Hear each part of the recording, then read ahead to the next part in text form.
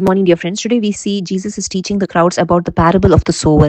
The sower goes out to sow. As he sows, some seed fell on the road. The birds came and ate them. Others fell on rocky places where they did not have much soil. And when the sun had risen, they were scorched because they had no root and they withered away. And other seeds fell among the thorns, and the thorns came up and choked them. And others fell on good soil where they yielded a crop 100-fold, some 60 and some 30. And Jesus says, "He who has ears, let him hear." Definitely, today we all have ears to hear the word of God. But how many of us allow the word of God to transform our life? And that is why today Jesus says that he is the sower and he sows the word of God. The seed is the word of God, and we human beings represent these various kind of soils, and all of us have different ways of reacting to God's word. That's why Jesus says some people are like the people who the seeds fell on the road. They are the ones who hear the word, but they don't understand God's word. And some people are like the ones where the seed falls on the rocky ground. That is, they hear the word with joy, but their heart does not have any root. The word of God does not have roots in their heart. And that's why when times of trouble comes, when persecution comes, the joy is taken away, and the word of God doesn't bear fruit in their life. And the other soil is the thorny ground. Here, these people hear the word, but the cares of the world, the deceitfulness of this world, the lusts of this world, and all the worldliness which this world can offer, it overcomes the word of God and it chokes the word of God, and hence these people also don't bear any fruit in their life. But Jesus is saying that there is another category of people. They are like the good soil.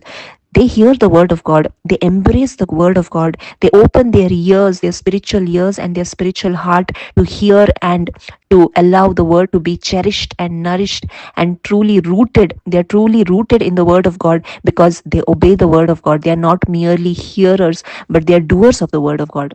That's why we see in James chapter 1 verses 22 onwards, it says, "But be doers of the word and not merely hearers who deceive themselves. For if any are hearers of the word and not doers, they are like those who look at themselves in a mirror. For they look at themselves and going away immediately forget what they were like.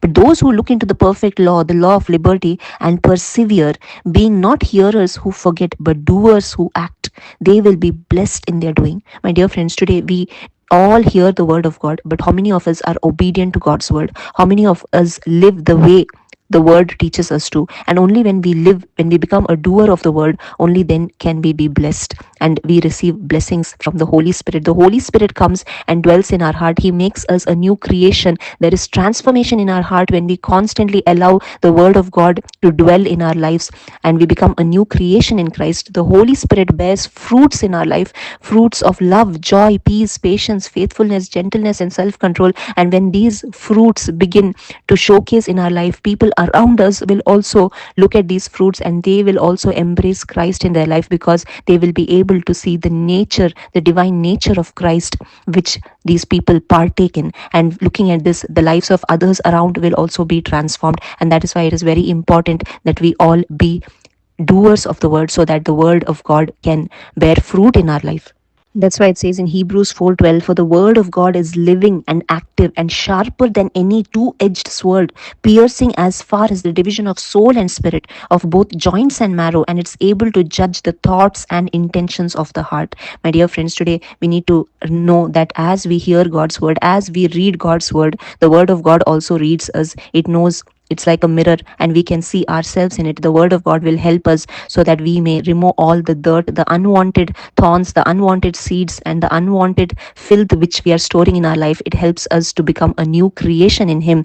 And that is why let us hear the word and let us allow the word to bear fruit in our life. Thank you. God bless you.